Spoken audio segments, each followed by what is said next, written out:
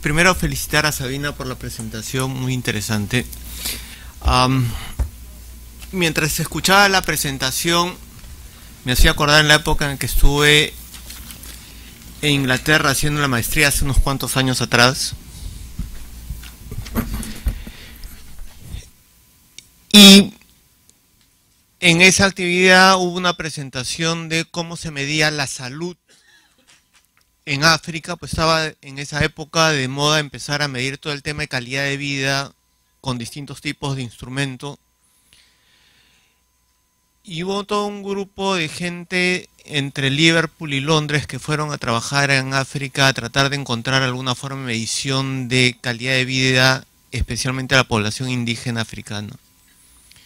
Se tomaron 5 años y nunca llegaron a una respuesta correcta, o sea, a la respuesta correcta, porque obviamente cada uno tiene y cada etnia tenía una acepción distinta, una aproximación distinta a qué cosa era salud o cómo entendían ellos salud. Y obviamente creo que todas las aproximaciones que tenemos los seres humanos, tratar de medir algunas variables multidimensionales que tocan aspectos sociales, psicológicos, que engloban además la propia subjetividad o la propia diversidad cultural dentro de los distintos pueblos, van a tener sus propias acepciones y van a tener sus propias variaciones que no solamente se dan entre etnias, sino se van a dar entre edades, por ejemplo. Y eso lo hace sumamente complejo y me parece bastante ilustrativa la presentación al momento de reflejar la riqueza de las distintas aproximaciones con las cuales se puede empezar a trabajar y por las cuales los distintos esfuerzos deben estar dirigidos a tratar de captar la opinión de la población involucrada. O sea, toda esta moda de trabajar con evidencias no es solamente trabajar con evidencias teóricas de estudios generados por expertos sobre los pobres, sino recoger la percepción de los pobres sobre este tema. Creo, como decía en la presentación el día de ayer, parte del esfuerzo que tenemos que hacer nosotros como país, además, tiene que ver con cómo hacer para incorporar en todo el proceso, y eso lo hemos conversado anteriormente con Aníbal, cómo empezamos a incorporar en todo el proceso a los distintos actores sociales significativos del país,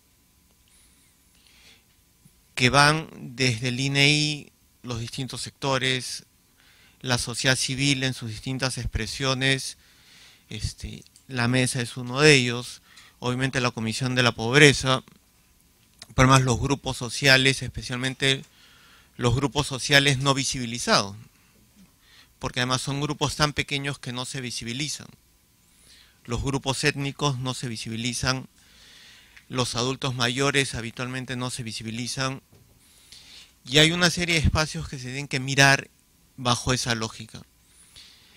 Creo que el reto, y en ese sentido el reto que planteaba Sabina, que están tratando de desarrollar como iniciativa con UNICEF, de medir pobreza multidimensional en la niñez, desde la niñez y con ponderados específicos, es una expresión interesante de estos esfuerzos que tenemos que hacer nosotros, por lo menos cuando estamos como población no adulta mayor, pero este esfuerzo de tratar de visibilizar los grupos que no son visibilizados. Creo que ese es el reto más grande, el cual tenemos que tratar de abordar. El resto de temas, si es que el ponderado es el mismo, es más, es menos, varía entre cada dimensión, o dentro de cada dimensión varía entre los indicadores, creo que es un tema técnico, yo lo llamaría además un tema técnico operativo, pero que requiere de construcción de consensos sociales. Y lo importante en nuestros países es cómo logramos esa construcción de consensos sociales,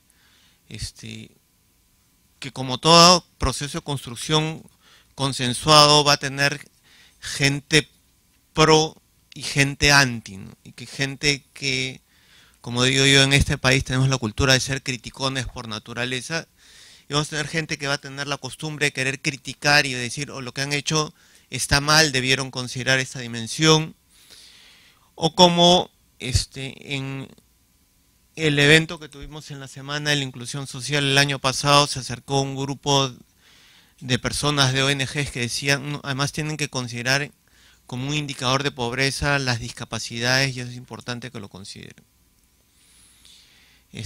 Pero siempre van a haber críticas. O sea, yo creo que lo que tenemos que tratar de tener presente es que son dos temas. Con eso termino. Primero, que no existe la medición exacta y perfecta de lo que es pobreza. Y que todo lo que vamos a hacer es una suerte de una aproximación al tema, y que si creemos que la aproximación que hacemos es lo mejor, no lo sé. Yo creo que lo que estamos haciendo es una primera aproximación y tenemos que, si se decide como país entrar en medir la multidimensionalidad de la pobreza con un índice o un score, es una decisión de país y tenemos que apoyar en ese sentido. Pero tenemos que reconocer que es una aproximación que no es la aproximación, es una aproximación consensuada de país. Y que obviamente eso no va a estar libre de gente que esté a favor de la iniciativa y gente que esté en contra de la iniciativa. Creo que esos son los dos mensajes claves que yo resumiría de todo el comentario y de toda la presentación que ha hecho Sabino. Muchas gracias.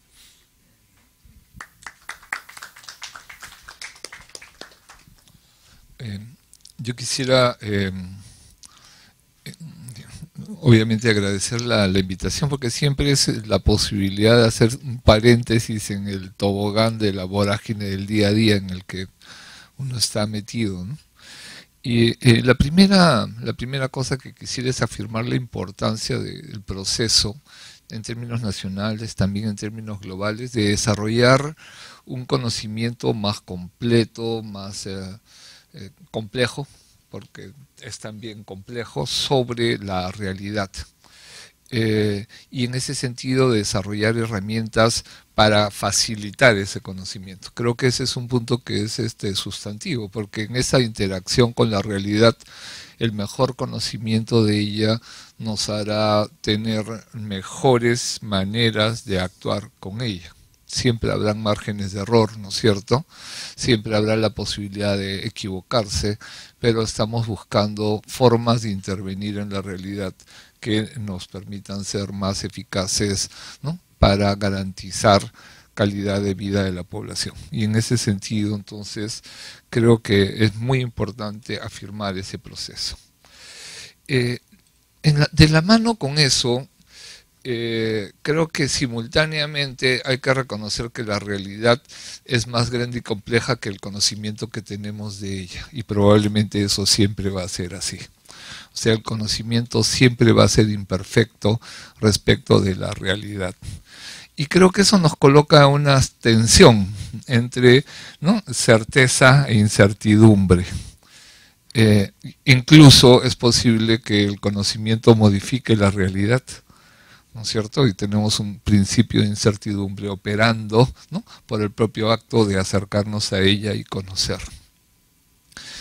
Y creo que Alejandro Vilches nos lo recordaba en la mañana, en esa apelación, ¿no?, que él hacía sobre, por ejemplo, cómo hay algunas realidades que una herramienta que todos los que estamos acá saludamos, utilizamos, como es la ENAO, por el tamaño de la muestra, etcétera, ¿no?, se nos escapa. Se nos escapan probablemente algunas provincias en el territorio nacional y se nos escapa en plena capital de la República, ¿no?, los niños en situación de calle, por mencionar dos que fueron apelados en la intervención de Alejandro, y que igual requieren políticas públicas, ¿no es cierto? Y en ese sentido, las herramientas que estamos usando siempre van a tener un límite sobre qué aspecto o a qué aspectos de la realidad o a qué segmentos de la realidad nos acercan. Y creo que el reconocimiento y la conciencia del límite es un elemento muy importante, porque eso dependerá también, ¿no es cierto?, las acciones o las decisiones que tomemos, ¿no?, y la conciencia que tengamos de los límites de esas intervenciones. pensar que estamos teniendo una política social óptima sobre la base de una herramienta que no está reflejando situaciones que porcentualmente pueden ser marginales, pero desde el punto de vista ético y humano son dramáticas, ¿no es cierto?, es insuficiente. Y entonces el estar atento a eso que nos falta, ¿no?, nos lleva siempre a buscar formas de acercarnos a eso que nos falta y de reflejarlo como situación humana o como comprensión.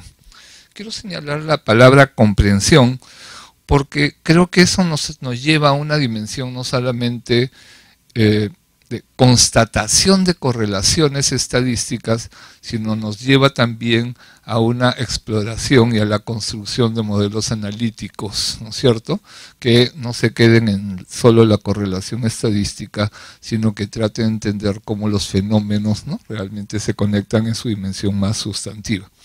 Mi primer profesor de estadística me decía, puede ser que las cigüeñas traigan los bebés en algún sitio, ¿no es cierto?, por una correlación estadística, pero tu teoría no te lo va a aceptar, ¿no?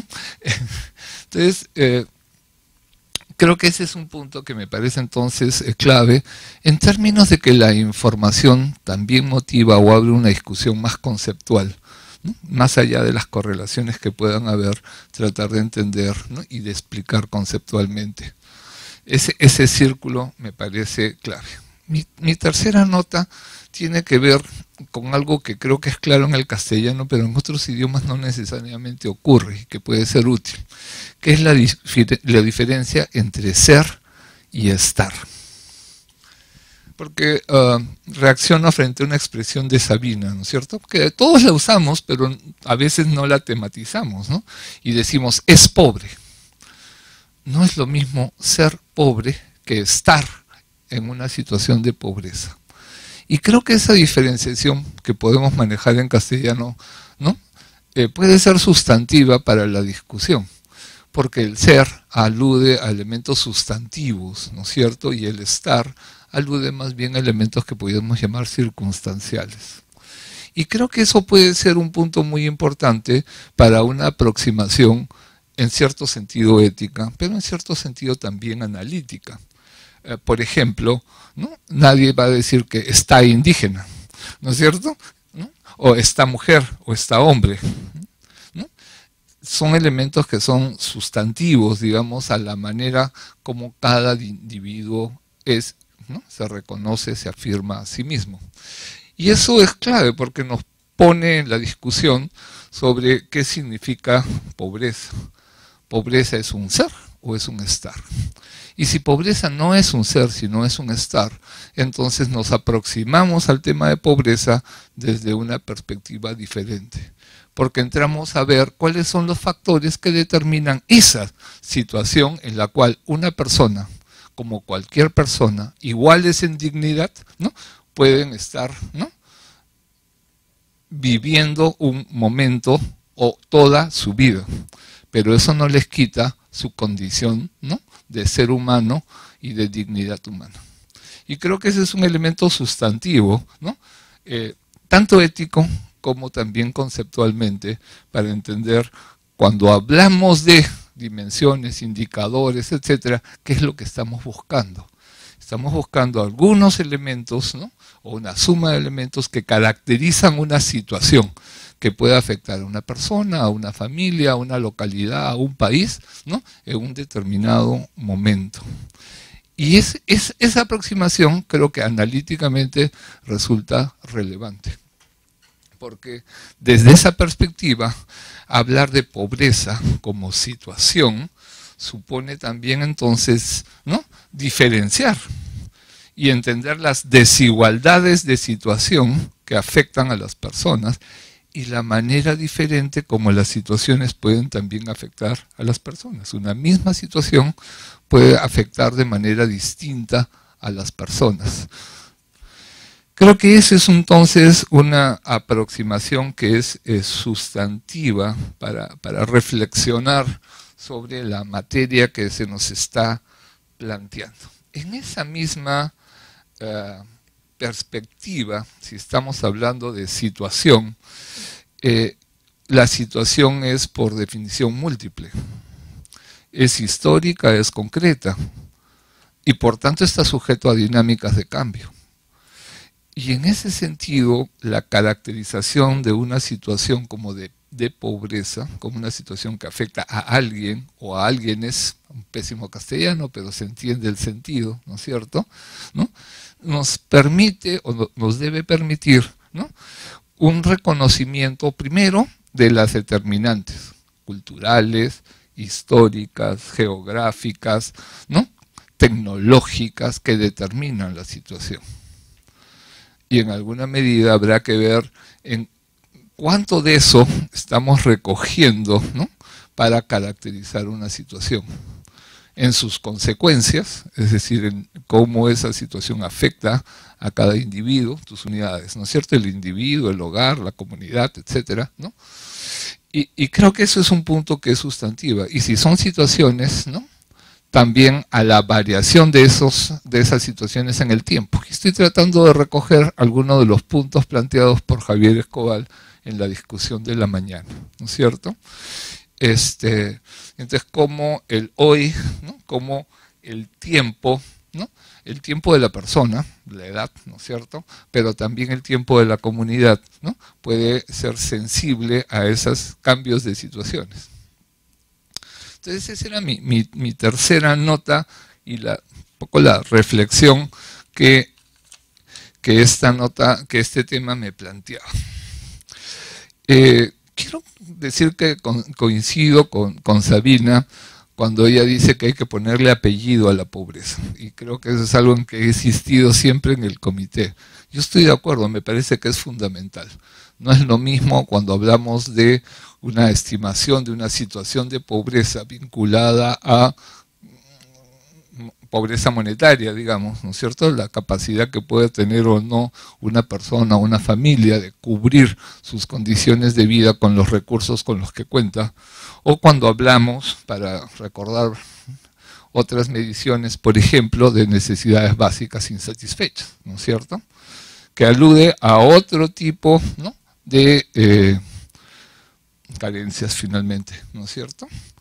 O cuando hablamos de estrategias que vinculan estos diversos tipos de indicadores.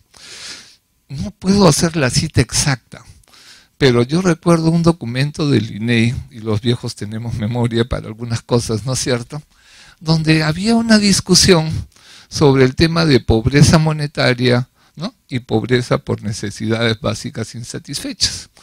Y la utilidad política de una o de otra, o la resistencia política de una o de otra.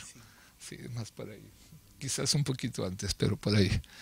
En la discusión lo que aparece, y creo que con razón, es que un índice como el de necesidades básicas insatisfechas suele ser menos sensible, ¿no?, a variaciones en el corto plazo. ¿No? Si tomamos indicadores como, no sé, vivienda, saneamiento, ¿no?, son indicadores que se mueven muy lento en el tiempo. O sea, desde que tú empiezas el proyecto de agua hasta que lo terminas, ¿no?, probablemente, asumiendo éxitos y no los ritmos de los proyectos de inversión en el Perú, ¿no?, probablemente 2 años para que veas el impacto. Entonces, no es un indicador que para la toma de decisiones políticas del día a día pueda ser suficientemente sensible. No aparece lo mismo en un indicador como pobreza monetaria, y menos aún en un ciclo de crecimiento económico. Entonces, también en la política pública, el tipo de medición que uses, ¿no?, puede ser importante, ¿no?, para el tipo de decisiones que puedas o que estás tomando. O indicadores mixtos. En mi caso, yo he trabajado con indicadores mixtos en los años 90 y después. En 93 se hizo el censo, estaba la información del censo en 93 con desagregados a nivel de manzana. Y del año 96 al 2000 hubo una serie de estudios sobre pobreza urbana, que fueron llevados a cabo por el INADUR, el Instituto Nacional de Desarrollo Urbano, con información a nivel de manzana, usando la información del censo del 93. Y claro, como había un desfase ya de tiempo entre el censo del 93 y lo que se hizo fue un trabajo de campo. Entonces la primera aproximación era los indicadores que permitía el censo del 93 para hacer una preidentificación de zonas con carencias, ¿no es cierto?, hogares con carencias en zonas carenciadas, y un segundo trabajo de campo que tenía dos entradas. Uno, ampliación, o sea, cómo había crecido la localidad, ¿no?, desde el censo, para identificar áreas nuevas, que normalmente son áreas que en el patrón de desarrollo urbano peruano suelen ser por invasión, digamos, ¿no? Exacto. Y hacer una encuesta, ¿no?, de ingresos de la población.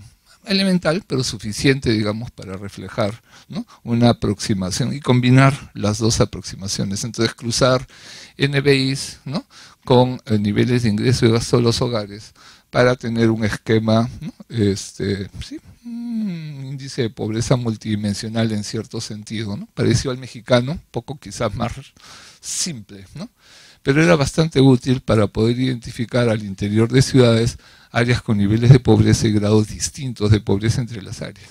E incorporar también, con el fenómeno del niño 97-98, los impactos del fenómeno del niño en el territorio, con miras a incorporar, ¿no?, ya no por encuesta, sino por observación de campo, ¿no?, grados diferentes de exposición, en este caso a un riesgo natural que se había producido.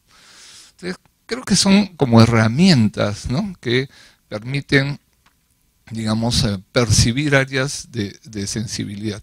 Pero en la mañana se decía algo que también me parece que es importante, y es que eso te puede permitir efectivamente identificar zonas vulnerables, pero no te define las intervenciones, ni el sujeto de la intervención. Y en el caso de la política pública, ¿no?, en general la tendencia es a que las intervenciones sean especializadas. Es decir, que tú tienes un cuerpo que se llama Ministerio de Educación, ¿no es cierto?, que ordena las intervenciones que tienen que ver con los aprendizajes, el cuerpo de salud, etc. Y lo que a veces ocurre es que esas intervenciones te desestructuran la gestión pública. Quizás una de las ventajas de un índice multidimensional es poder ver la necesidad de intervenciones articuladas en el territorio y no definir prioridades ad hoc, digamos, desde el punto de vista de la política nacional, sino releer la realidad desde la perspectiva, ¿no?, de la diversidad de situaciones que la realidad tiene y, por tanto, de estrategias de intervención, ¿no?, que sean en ese sentido concurrentes. No que cambien la especialidad, ¿no es cierto? Nadie que tenga una apendicitis va a ir a un colegio para que el profesor de la escuela lo opere, ¿no? Pero sí para tener estrategias en el territorio en las cuales sea más claro qué tiene que confluir. Y creo que es probablemente uno de los desafíos más importantes, en especial para países como Perú, que son profundamente heterogéneos, ¿no? Entonces ahí creo que tenemos un desafío. Mi última nota, si es que no la he perdido, tiene que ver con el tema de ODS, ODM. Porque creo que ahí tenemos un material que es importante. Yo creo que como país, digamos, en términos del seguimiento de los ODM, se ha generado una buena batería de herramientas estadísticas. Simultáneamente, como país, se ha generado una buena batería de herramientas de intervención para asumir algunos problemas que son sustantivos desde la perspectiva de derechos en la población, buscando romper una dicotomía que es la de, por un lado, los derechos, por otro lado, los planes y por otro lado, el presupuesto, ¿no? Cuando los derechos de las personas están a un lado y los planes por otro y los presupuestos por otro, ya sabemos lo que pasa. Una cosa que se ha hecho en el país, y me parece que es interesante, disculpen, esto es más bien para quienes nos visitan que para los nativos, ¿no?, es buscar cerrar esta brecha entre derechos, planes y presupuesto. Entonces, por ejemplo, en materia de infancia tenemos el PNAE, el Plan Nacional de Acción por la Infancia, que tiene fuerza de ley y que permite asociar, ¿no?, los objetivos en términos definidos en términos de derechos, ¿no?, con las intervenciones públicas para garantizar esos derechos y con los mecanismos de asignación de presupuesto, de tal manera que uno puede evaluar la consistencia entre esas intervenciones públicas. Y realmente en el seguimiento del proceso se han hecho intervenciones cada vez más finas, como por ejemplo al identificar los temas de anemia y al identificar en el circuito de implementación de la política qué es lo que falla, ¿no? Entonces, claro, si tú tienes una compra de insumos para enfrentar el tema de anemia que solo alcanza el 60%, ¿no es cierto?, de la demanda, estás proyectando 40%, ¿no?, potencial de anemia, que es más o menos el indicador que hemos tenido, digamos, ¿no? Entonces, ahí hay elementos de política pública que se han ido planteando y recuperando esta visión de intervenciones integrales. MIDIS tiene en este momento algunos indicadores que van en esa perspectiva y con enfoque territorial, pero que se han construido en este proceso, reconocer los territorios a partir de un enfoque de derechos. Y en esta discusión sobre cómo defines los criterios y las dimensiones, dos notas finales. Uno, en el caso de la mesa trabajamos con una matriz de 4 dimensiones. 3 son formales en los ODS, o sea, la dimensión económica, la dimensión ambiental, la dimensión social, son explícitas como dimensiones. Nosotros trabajamos con una 4ª dimensión que no es explícita como dimensión, pero que nos parece sustantiva, que es la dimensión político-institucional. Entonces, la combinación de estas 4 dimensiones nos parece claves y en general, desde la perspectiva de la mesa, buscamos este análisis multidimensional. Y en la línea de construir líneas de corte y definir prioridades, quiero hacerte una consulta. Nosotros estamos haciendo una campaña que se llama Buen Trato. La campaña Buen Trato recoge adhesiones y en este caso esa es una cédula de votación. Disculpen las otras colegas, pero ahí tienes una lista de derechos en la página, en el bordecito, y entonces la idea es que sobre esos derechos marques 1, 2, eventualmente 3, no más de 3, que te parezcan especialmente importantes según tu conocimiento del país para garantizar derechos. Y eso nos permitirá priorizar, ¿no?, en el seguimiento de las políticas esos temas con los indicadores que hemos asociado a esos puntos. Entonces, eso en la línea de una consulta ciudadana. Vamos a presentar la próxima semana, el 11, los resultados de la consulta nacional, de cuántas marcaciones hay. El conteo preliminar nos está dando 645.000 marcaciones. Entonces, te invito a marcar para incorporarlo en la estadística final. Sí, claro. Tu mirada de experta, no vamos a ponderar el voto de experto porque vamos a mantenerlo como anónimo, pero es importante. Muchas gracias.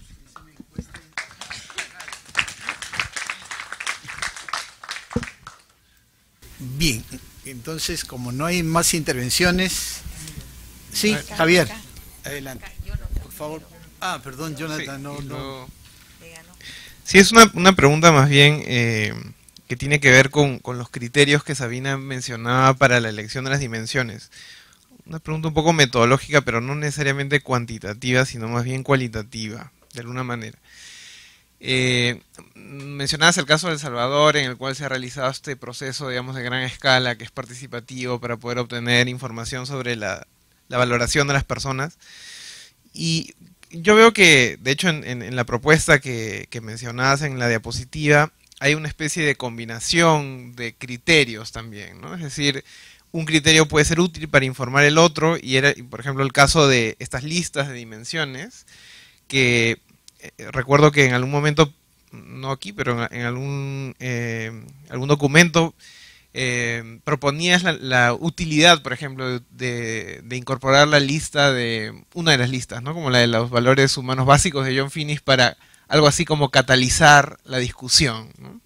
Pero mi pregunta desde el punto de vista metodológico es: ¿qué implica al momento de realizar estos ejercicios la utilización de estas listas, etcétera, para catalizar precisamente la discusión, ¿no? ¿Cómo se utiliza? ¿Cómo puede ser útil, por ejemplo, si es que se decidiese en el marco de la discusión de la implementación en el Perú realizar un tipo de ejercicio participativo de esta naturaleza, ¿no?, por ejemplo? Sí, voy a dar 2 ejemplos. No. Javier. Sí, no, estaba mirando la lista de las distintas opciones para la definición, desde el punto de vista normativo, de tanto las dimensiones como de los umbrales. y creo que entre ellas figura también, digamos, los enfoques empíricos que tienen que ver más con encuestas y no tanto con focus group o con consultas específicas, ¿no? Yo quisiera subrayar quizás la pista que me parece interesante y que ha sido retomado por otro artículo que voy a citar, de las encuestas a través de los hogares. Creo que es un poco en paralelo a lo que está mencionando Federico. En la encuesta del ENAO ya tenemos una pregunta que es, por supuesto, perfectible, que es una pregunta abierta en la que se pregunta a la población, a la gente, cuál consideran, según ellos, los principales problemas del país. Anteriormente tuvimos otra pregunta más específica que era, ¿considera usted importante tal dimensión? Teníamos una lista de 17 dimensiones de bienestar que ellos tenían que evaluar cuán importantes eran para sus vidas, y luego un segundo set de preguntas también sobre esos mismos 17 indicadores, sobre cuán satisfechos estaban con respecto a esas mismas dimensiones. Inicialmente la idea era, a través de esto fue en el año 2001, poder estimar a partir de las preferencias expresadas por la población, y en este caso teníamos una población representativa del conjunto nacional, que además conocíamos sus niveles socioeconómicos por otra parte, o sea que hubiéramos podido también pensar en una suerte de ponderación más fuerte para los con más privaciones que menos. Bueno, pero en todo caso teníamos este set de preguntas y nos quedamos ahí, falta de, digamos, una metodología clara que nos permitía resolver un problema específico, que era el problema de la atrición de preferencias de los pobres, ¿no? Constatábamos ahí mismo también de que muchos de los hogares pobres estaban quizás en cierto modo más satisfechos, a pesar de que tenían, y eso lo veíamos con los indicadores objetivos, más privaciones en varias dimensiones. Había un trabajo también paralelo de Pradhan y Loskin, creo, para Indonesia, en donde utilizaban ese mismo cuestionario para fijar una línea de pobreza, entre comillas, subjetiva, que tomaba en cuenta justamente esas preferencias. Ese punto quedó sin resolver hasta hace muy poco. Un artículo de Cohen de Canc, Marc Fleurbet y François Maniquet acaban de proponer, bueno, hace ya 2 años, prácticamente 1 año y medio, un artículo que trata sobre justamente cómo agregar preferencias individuales y poder resolver este problema de la dimensionalidad. Una vez que dejamos a los individuos expresar cuáles son sus preferencias en términos de dimensiones y pesos, ese problema ya no existe, y el problema siguiente es el problema de la agregación de preferencias individuales. Estas preferencias individuales no pueden ser agregadas tal cual. Hay una serie de condiciones que se necesitan para que dichas preferencias puedan ser agregadas. No voy a entrar en el detalle del artículo, pero este artículo lo muestra y lo demuestra, tiene una parte de demostración en el anexo. Estas son personas bastante serias y yo sugiero que quizás exploremos esa pista igualmente. Gracias, Sabina. Un pequeño punto nada más sobre el tema de muchas o pocas dimensiones. En la experiencia del Acuerdo Nacional, cuando intentamos hacer una lista de aspectos importantes, lo que sucede es obvio, pero interesante, y es que si ampliamos la lista se pierde el consenso. Entonces, para llegar a un consenso, unanimidad, en una lista que en algún momento intentamos discutir para efectos de la campaña actual y no lo logramos a plenitud, se llega a un número, ¿no? 7, 8, en el cual todos están de acuerdo. Pero ya el 9, 10, 11 empieza a empezar a generar, digamos, diferencias. Entonces creo que es un criterio, aparte de otros, ¿no?, de hacia una apuesta de no muchas dimensiones, ¿no?, para estar más en el territorio de lo consensual. Y creo que de esa manera además se ayuda a algo muy importante, ¿no?, que es tratar de que en la agenda pública algunos asuntos no pasen desapercibidos, digamos, ¿no?, que no desaparezcan de la discusión y que se mantengan al pie del periódico, del debate, ¿no? Para que haya demanda y para que haya exigencias de la ciudadanía respecto de esos puntos. Pero en fin, quería mencionar la experiencia de no ampliar demasiado los puntos porque empiezan a haber...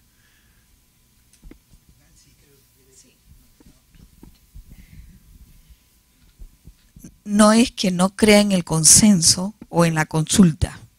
No se trata de eso. Se trata, por ejemplo, realmente, por ejemplo, ¿no? El hecho de hacer la consulta a las propias familias sobre los propios pesos de las dimensiones.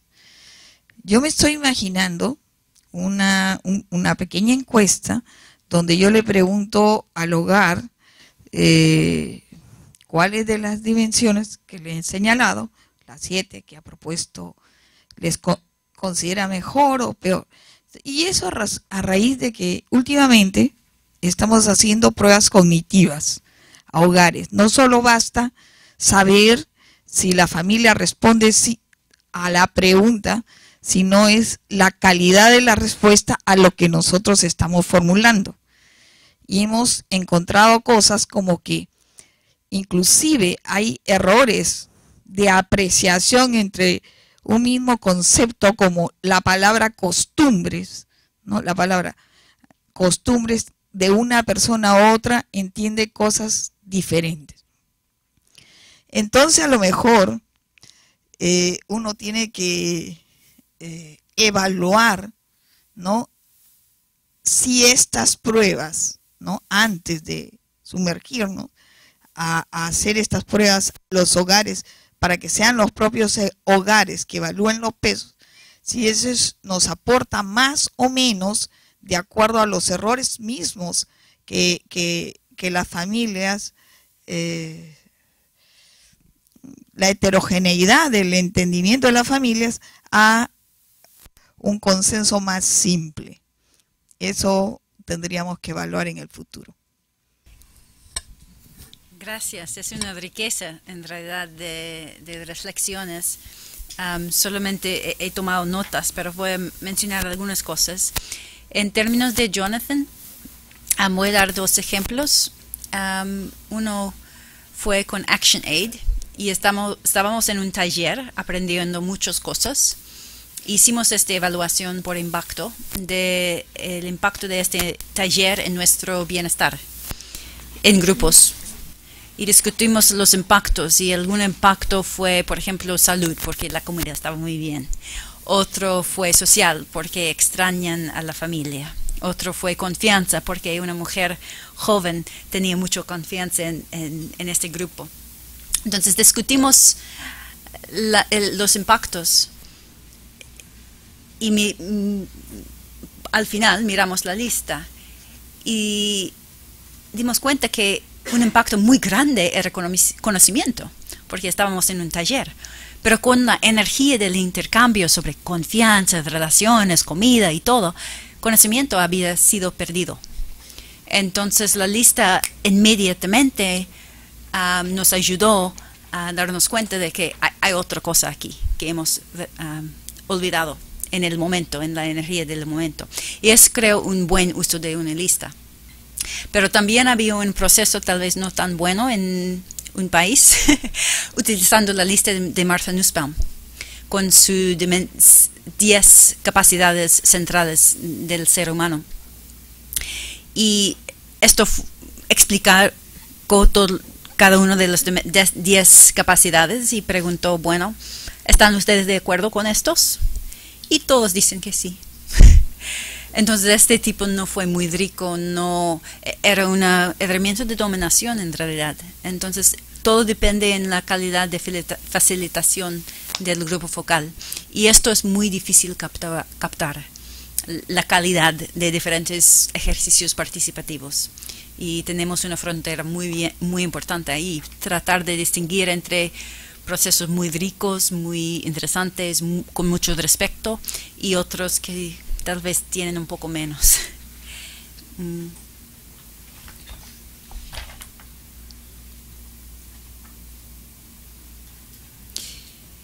En términos de Javier Herrera, tenemos una conversación muy fuerte con Marc Fleurbe y François Maniquet sobre cómo incorporar preferencias. Ellos tienen una encuesta muy costoso, pero muy bueno, pionero en Belgium, sobre las preferencias de las personas. Y su propuesto es que en el IPM cada persona tiene su propio ponderaciones. Y podemos hacerlo. Técnicamente es fácil. La dificultad es interpretar el desgloseo por dimensión, porque mezcla la ponderación individual con la situación individual y no podemos clarificar la diferencia. Entonces es más difícil, pero yo estoy completamente a favor de seguirlo en una manera de investigación. Yo tengo un problema en que mis preferencias cambian con frecuencia. Entonces yo no quiero una situación en que algún investigador me dice que no, tu preferencia es esto porque me dijiste esto. Entonces también mis preferencias pueden cambiar en la presencia de otros, con un intercambio, con una discusión. El valor que Amartya Sen dice que es el valor constructivo de tener debate público. Entonces, el peligro de utilizar este tipo de preferencias de encuestas es que la sociedad civil o cualquier otro grupo no está de acuerdo con estos. Ellos han perdido su voz, porque los expertos saben lo que quieren la gente. Entonces, esto es el dinámico. Yo creo que es fundamentalmente importante porque tenemos tantos nuevos fronteras en behavioral economics, en el uso de datos sobre preferencias. Pero en este momento también es al nivel de investigación más que política pública. La otra experiencia que yo he escuchado sobre los 17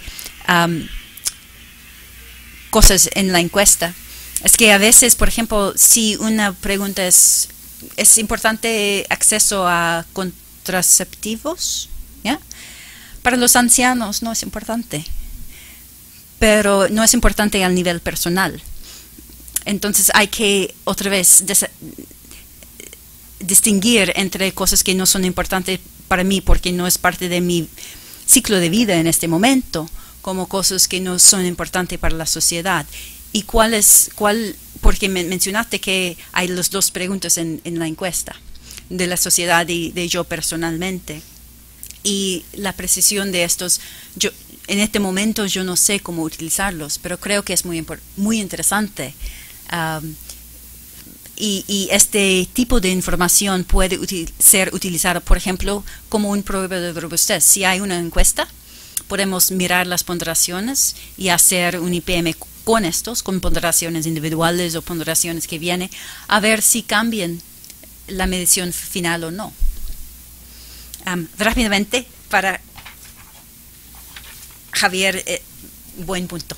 Y aprendo de esto, de que como Amartya Sen también dice esto, y Cass Sunstein tiene un libro sobre la importancia de consensos incompletos, que hay un comité y todos están de acuerdo y tratan de explicar el consenso y quebra el consenso. Entonces hay incompletely theorized agreements. Es cosa en que hay dominios de consenso que no incluyen tal vez todo. Y también Mahbub al-Haq dijo en 1995, no debemos sacrificar nuestros objetivos en la pobreza en el altar de tener todo. Todas las prioridades de la pobreza, si algunos son muy controversiales. Y Nancy no está. Perfecto. Pero estoy completamente de acuerdo con esto. Y nosotros también hacemos entrevistas cognitivas para tratar de ver el grado de entendimiento de las encuestas y las diferencias en interpretación. Gracias. Muchas gracias a todos.